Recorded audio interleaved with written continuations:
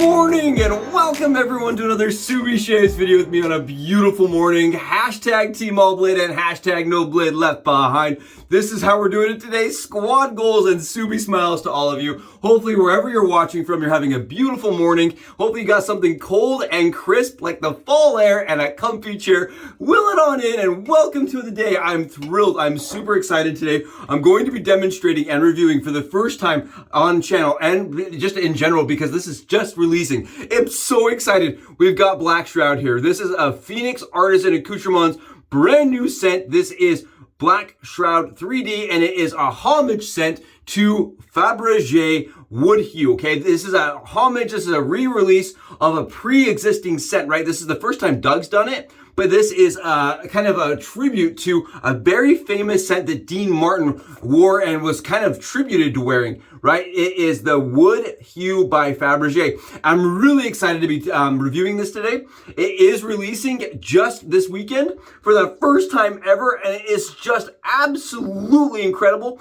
I want to just take a moment and shout out to Doug, Fran, and Hux for making this right here happen. I'm really excited. This is one of those scents that I never would have experienced without them. So again, just go below. If you have the time, go over and check out their storefront. I can't say enough positive things about Phoenix Artisan Accoutrements and the stuff that they produce. It's really high quality. And on top of that, I love that they re-release and kind of bring back things that have kind of been discontinued. This is a scent that even though Dean Martin was absolutely obsessed with, right? This right here was the Dino Man's fave. Right here, this is like fall air. If you're really curious, it is like fall, like it reminds me, it has like a woody undertone, right? We'll go through it. But the weirdest thing is that as it dries down on the dome, it has different tones, right? It's a very pretty, at first, the moment I smelled it, I thought it was like more of a barbershop, but as you really experience it, it's like a woody sandalwood that falls into like a floral, and then under the very base of it, it's like a cedar and like a pine. It's definitely a woody scent with spice and vanilla to kind of sweeten it up.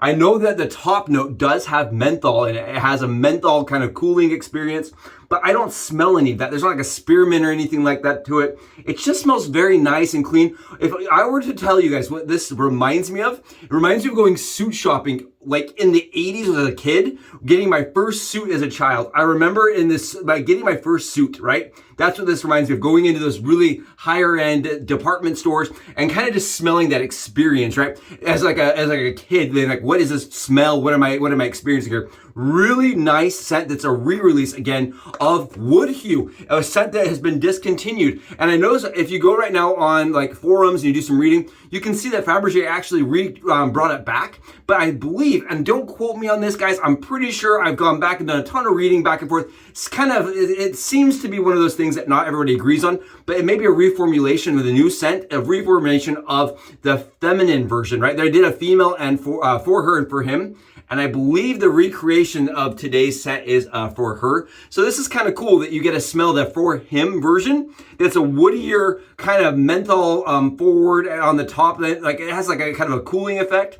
But on top of that, it's got a really nice amber vanilla sweetness note on the base with some wood notes. It definitely smells masculine, right? I can tell you that much. And it just really is a nice, like, for me, it smells ritzy and kind of posh. I don't know why. It just reminds me of going into really high-end department stores.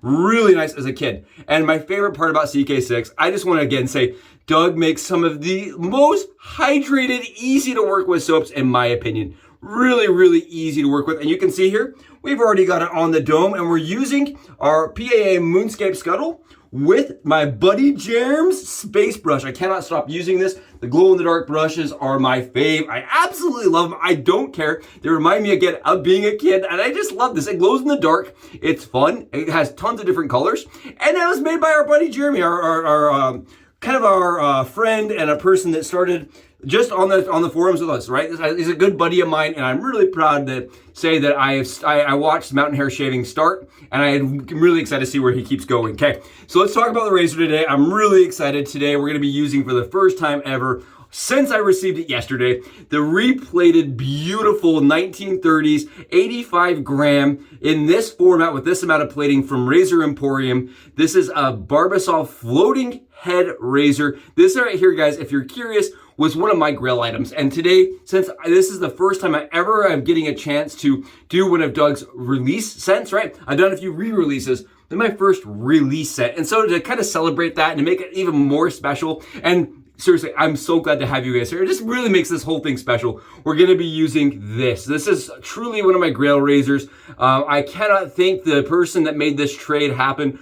I can't thank him enough, and I really do appreciate the razor. It was not in the best condition. I sent it over to Matt over at Razor Emporium, and I said, please do what you can. And it came out just absolutely beautiful. For all of you that don't know what this is a mid to late 1930s razor produced by Barbasol, and it had a lot of gap to it. You can see that the blade floats above the bar here. And it floats for a reason. It was developed to take off the heavy Barbasol cream, right? Their shave, whatever product you want to call that, the foamy nonsense, right? The big, huge foamy nonsense. It was developed to take that off, and because of that, it's very efficient and very, very close shaving. It is a longer handle when you compare it to the other razors of that era. Like this one right here, this is kind of similar to an old type single ring. You can see it's longer, it's heftier, it's thicker. This is a razor that is like, it almost looks modern. It covers the blade tabs, which the other ones don't, right? But it is that 3-prong hole style. It's really interesting. And I'm doing this today also because I think if Doug releases another razor, it should be this one. I think he should recreate the Barbasol floating head razor because I think it's one of the most fantastic shavers ever produced in the vintage era. And they're very hard to find. It took me 2 years. Let's do it. I'm so excited. I know I've been talking forever. I'm thrilled. Let's do this shave. I'm really excited, like I said. This is a beautiful soap. It is just, as it sits on the skin, I get more and more of the woody and vanilla and a little bit of spicy tones. It is very nice. I would not say it's feminine. I know when I was doing some reading, people said the new Fabergé, the new wood hue scent is kind of feminine. It's a little too floral, whereas this does not have that same aspect for me.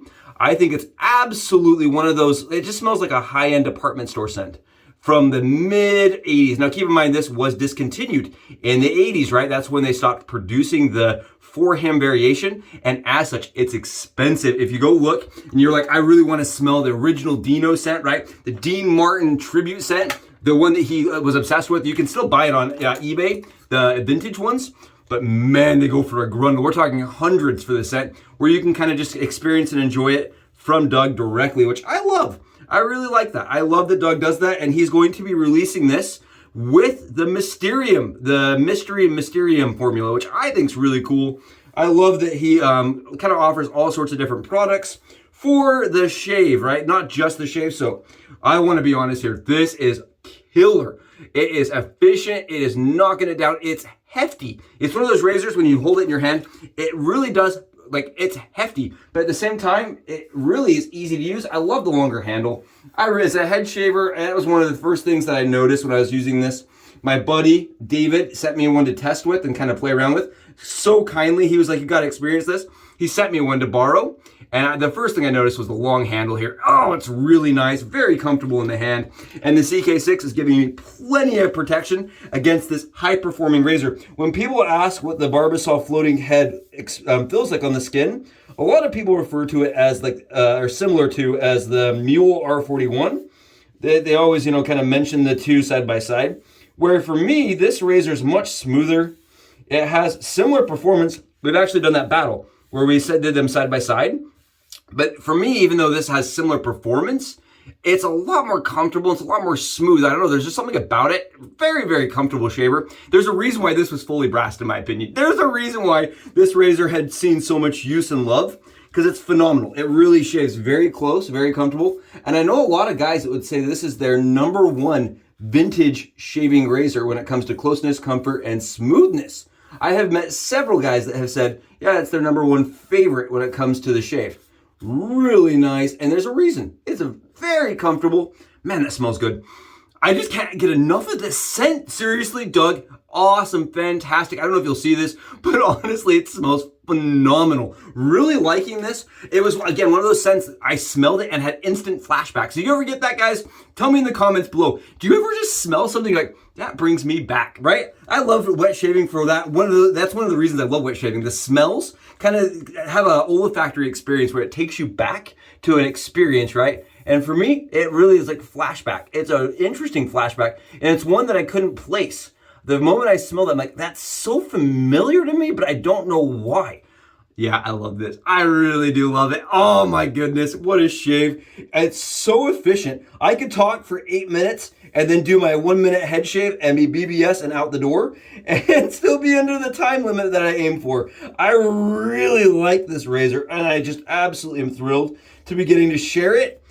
Such a special occasion. It's funny, it was not planned. I did not know the soap was coming out. I had no idea, nor did I know that Matt's razor had even shipped. I try not to pay attention, so I want to talk a little bit about Razor Emporium and the work they do. It's phenomenal. You send the razor in, you pay to have you pay for your shipping, you ship it into them, and then they kind of give you a ticket, and then the ticket's updated as the work is done on the razor. They give you kind of a heads up on the start of the work, and they kind of tell you, okay, here's what we're looking at, here's the condition that it was in. It's very transparent, and I like that about the process. It's a very transparent process.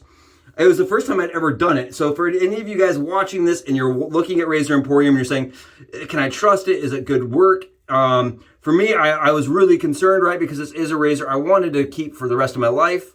And I wanted to really give it the attention and the effort and the energy and money to make it nice. Again, to really make it so that it's not going to wear away. Because it had all this plating on, and underneath you could see it was starting to pit, and I did not want it to just wear away.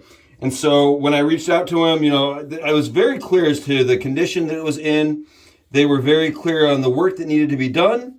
And then you can even pay to have photos sent with the work, right? They will send you like kind of a, here's the update on the razor. And you can see I did a Subi short where we showcase the work that gets done and how they kind of go through several processes to get the razor stripped down, then replated. Really cool. I think it's one of the experiences.